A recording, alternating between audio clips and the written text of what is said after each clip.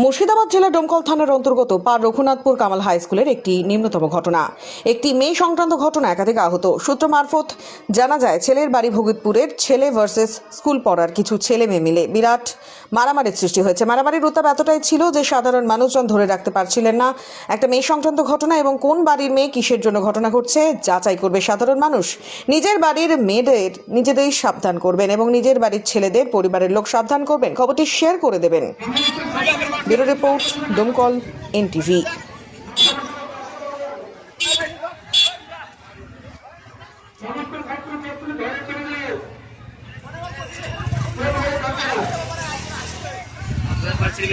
video হয়েছে